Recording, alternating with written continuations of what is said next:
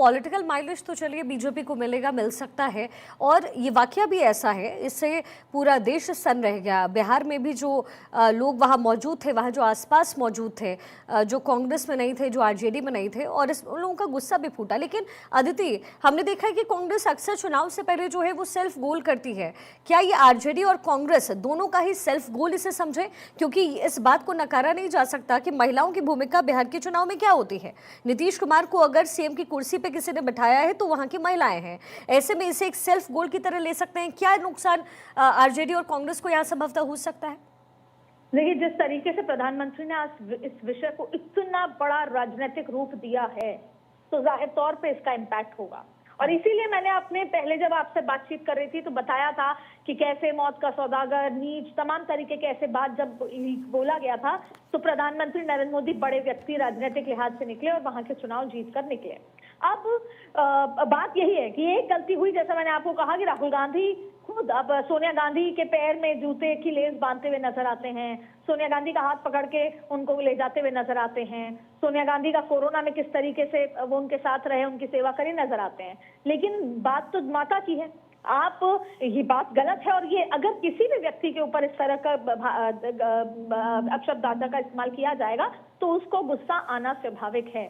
लेकिन उसी रिएक्शन को एक रिस्पांस की तरह प्रधानमंत्री ने आज जो बोला है, क्योंकि कोई नहीं सोच सकता था कि आज के कार्यक्रम में इतने दिन बाद प्रधानमंत्री बात करेंगे। मौका था महिला के सशक्तिकरण का, जहां पर ग्रामीण महिलाओं को किस तरीके से एक बड़ी योजना से उनको संपर्क किया जा रहा था, उनको बताया जा रहा था। और उस समय उन्होंने वो तमाम बातें कही कि मेरा जीवन कैसा रहा, मेरी माता ने कितना सैक्रिफाइस किया, माताएं कितना सैक्रिफाइस करती हैं, माँ के स्वाभिमान का जिक्र किया, सम्मान का जिक्र किया, और ये भी जिक्र किया कि जो राज परिवार से हैं, जिन्होंने गरीबी नहीं देखी, जो सड़क पे जूझे नहीं, इनकी प्रॉब्लम यह है कि एक गरीब व्यक्ति आज प्रधानमंत्री कैसे बन गया। और आपको याद होगा कि किस तरीके से मैं जब कहा था चाय वाले का जिक्र भी किया गया था, एक बार उनको चाय वाला भी कहा गया था, तब भी प्रधानमंत्री ने कहा था कि एक चाय वाला अगर गद्दी पे बैठ गया तो आज कांग्रेस को इतनी दिक्कत है, क्योंकि कांग्रेस परिवारवाद और राज परिवार के लोगों को ही आगे बढ़ाती है, गरीब व्यक्ति आगे नहीं बढ़ सकता। ये तमाम ऐसा नैरेटिव है जो प्रधानमंत्री ने बनाया भी और उसके बाद उसका फायदा मिला भी। तो जो आपका सवाल है, मूल सवाल कि क्या ये गलती हो गई है या रॉन्ग नंबर डायल हो गया है, तो जाहिर तौर पे हो गया है। ये सही हो सकता था, जो रायता फैला है वो ठीक हो सकता था अगर राहुल गांधी ट्वीट करके कहते कि वो व्यक्ति को पुलिस ने पकड़ लिया है, वो कहते कि इस मंच से उनका कोई लेना देना नहीं है, क्योंकि वो तो उस मंच पे चढ़े भी नहीं। और राहुल गांधी, और जब आपसे मैं बात करने से पहले मैंने विपक्ष से संपर्क भी किया कि आपका स्टैंड क्या है इसको लेकर, तो उन्होंने कहा कि बिहार की जनता जानती है कि ना राहुल ने कुछ बोला, ना तेजस्वी ने, ना किसी बड़े व्यक्ति ने बोला, और ना हो उस मंच पे हम चढ़े थे। ये यात्रा निकल रही थी, तमाम तरीके के लोग घुस के आ जाते हैं, उसमें किसी ने मंच से ये बोल दिया और हमारा उससे कोई लेना देना नहीं। पर सवाल ये है कि देश के सामने नैरेटिव बन गया कि वो राहुल गांधी हैं, युवा राहुल गांधी, जो ऐसी भाषा का सपोर्ट करते हैं, उसको कंडेम नहीं करते। जाहिर तौर पे आने वाली जितनी भी रैलियां होंगी उसमें प्रधानमंत्री इसका जिक्र करेंगे, अमित शाह इसका जिक्र करेंगे, जेपी नड्डा, राजनाथ सिंह इसका जिक्र करेंगे, और ये नैरेटिव बनेगा। और जैसे आपने कहा कि महिलाएं बिहार का राजनीतिक जो शेप करती आई हैं, कुर्सी को किस पे बैठाना है वो तय करती आई हैं, वो बेहद इंपॉर्टेंट भागीदार के रूप में रहती आई हैं। और दूसरे राज्यों में भी हमने देखा कि किस तरीके से नरेंद्र मोदी को अपार समर्थन महिलाओं का मिलता है। ऐसे में इस तरह का बयान ये डेफिनेटली जो है गोल हो चुका है कांग्रेस की तरफ से, जो उनको आने वाले उसमें नुकसान देगा। क्योंकि अभी तक वो जो संविधान बचाने और वोटर की जो यात्रा निकाल रहे थे उसमें दिख रहा था कि वो किसी एक गलत चीज के विरुद्ध जाकर लड़ाई कर रहे हैं, लेकिन यहाँ पर ये सब कुछ डाइल्यूट हो गया। और ये पूरे चुनाव में ये एक बहुत बड़ा मुद्दा रहेगा कि माँ के लिए इस तरह की भाषा की, और अब पूरा देश और खास तौर पे बिहार की माताएं, बहनें, बेटियां इसका जवाब देंगी।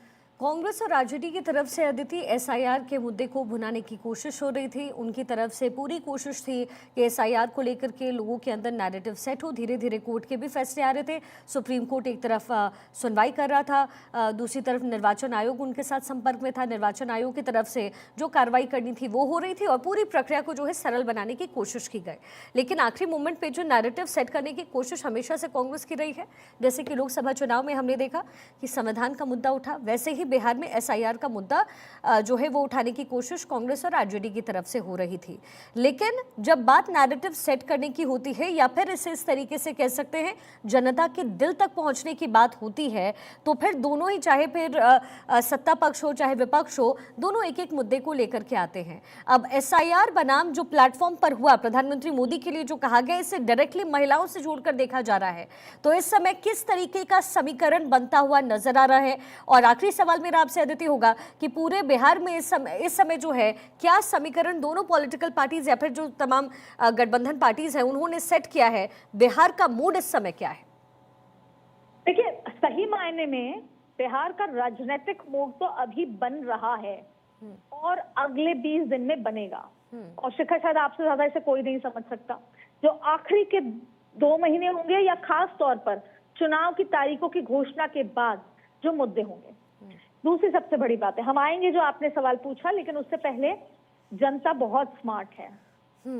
जनता को वो एक दिन मिलता है, जनता जब जनार्दन होती है, और उसको पता है कि उस एक दिन के फैसले से उसको उस 5 साल जीना मरना, रोज जीना पड़ेगा, रोज मरना पड़ेगा। इसे उसको पता है कि उसको किसको चुनना है, इसलिए उसके रोज के मुद्दे भी पता है। तो अब सवाल ये है कि मुद्दा बेरोजगारी है, पलायन है, ये उसके मन में पिछले 5 सालों से होगा कि बेरोजगारी है, कुछ नई इंडस्ट्री नहीं आई है, पलायन है। लॉ एंड ऑर्डर का जो मुद्दा अभी हुआ, पिछले अपने कई बार अपन ने चर्चा की कि पिछले जुलाई की बात कर लें, मई की बात कर लें, जून की बात कर लें, जिस तरीके से हत्याएं हुई खुलेआम, क्या जनता उससे त्रस्त है? या तेजस्वी का कार्यकाल, तेजस्वी के पिताजी का कार्यकाल याद करेंगे, जंगल राज को याद करेंगे? तो अभी तो जब चुनाव की तारीखों की घोषणा हो जाएगी तब ये देखा जाएगा कि वोटर, ये जो वोटर का जो मुद्दा है, ये कितने % वोट कटते हैं एक्चुअल, जिसके दावा कांग्रेस कर रही है। कांग्रेस ये दावा कर रही है कि जो जेन्युइन वोटर्स हैं उनके वोट काट दिए गए हैं क्योंकि वो हमारे वोटर्स हैं या तेजस्वी के वोटर्स हैं। अब ये सब कुछ जो भी है, चाहे भारतीय जनता पार्टी की स्ट्रैटेजी हो, चाहे मां के अपमान को लेकर, चाहे वोट एसआईआर को लेकर, ये सब कुछ पोलराइजेशन के लिए हो रहा है कि 2 वर्ग एक साथ पोलराइज हो जाएंगे और जब एकमुश्त वोट करेंगे तो वो पार्टी जीत जाएगी। ये इसीलिए हो रहा है। अब ये सब चुनावी मुद्दे हैं और ये जनता बेहतर तरीके से जानती है।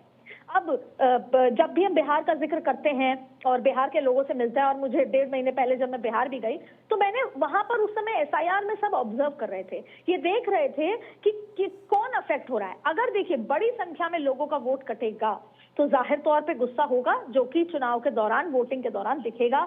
अब वो कैसे दिखता है? दूसरा कि अगर कोई अफेक्टेड नहीं है और जेन्युइन वोट कटे हैं, जो मर गए हैं, जो मृत हैं, जो जिन्होंने घर बदल लिए हैं या जिनके पता बदल गया है या जो ट्रांसफर ले लिया है, तो फिर कोई इफेक्ट नहीं होगा वोटिंग के दौरान।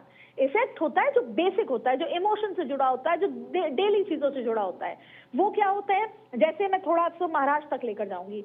महाराष्ट्र में जब 2024 का चुनाव था तो इमोशन से जुड़ गया था, डर से जुड़ गया था कि अगर 400 पार हो गया, जो नैरेटिव सेट किया गया और संविधान बदल दिया गया और आरक्षण में कुछ बदलाव हुए तो हमारा क्या होगा। तो उन्होंने अगेंस्ट में वोटिंग करी, जो देखा कि 240 आए। यानी कि आपके दिमाग में कौन सा मुद्दा बैठ जाता है, तो विपक्ष ने वो मुद्दा बैठाया कि 400 पार हुआ नहीं, संविधान बदला नहीं, आरक्षण बदला नहीं, क्योंकि भारतीय जनता पार्टी तो ब्राह्मण बनिए की पार्टी है और जो एससी और ओबीसी है उनका आरक्षण को खा लिया जाएगा और हम तो ओबीसी और एससी के समर्थक हैं। तो ये इम्पैक्ट आया। लेकिन वही महाराष्ट्र में जब उस नैरेटिव को बीजेपी ने तोड़ दिया तो इम्पैक्ट दूसरा आया, नतीजा दूसरा आया। तो सवाल ये है कि इमोशनल मुद्दा है माता को लेकर, किसी भी माँ के लिए इस तरह की भाषा, तो ये तो एक ऐसा मुद्दा है जो महिलाएं कम से कम इसे बाय करेंगी और इसका इम्पैक्ट दिखेगा। जहां तक बात एसआईआर की है तो ये देखना होगा कि एसआईआर को लेकर कौन से लोग त्रस्त हैं। लेकिन आने वाला अभी जो समय है, अगले 20 दिन, तब शेप होगा कि एक्चुअल में ये पूरा चुनाव किस दिशा में जा रहा है और एक्चुअल वो 4 कौन से मुद्दे हैं। और उससे बड़ी बात मैं आखिरी लाइन में कहूंगी कि अभी जब मैनिफेस्टो होगा उसमें जो वादे होंगे, फ्री बीज होगी, वो भी तय करेगा कि चुनाव किस दिशा में जाने वाला है, किस पार्टी का पलड़ा भारी है। तो बिल्कुल फ्रीबीज है, चुनावी वादे हैं, चुनावी नैरेटिव्स हैं और इन नैरेटिव्स को सेट करके कौन फिर से सत्ता की चाबी संभालेगा, ये देखना दिलचस्प रहेगा। अदिति, बहुत शुक्रिया इस पूरे विश्लेषण के लिए।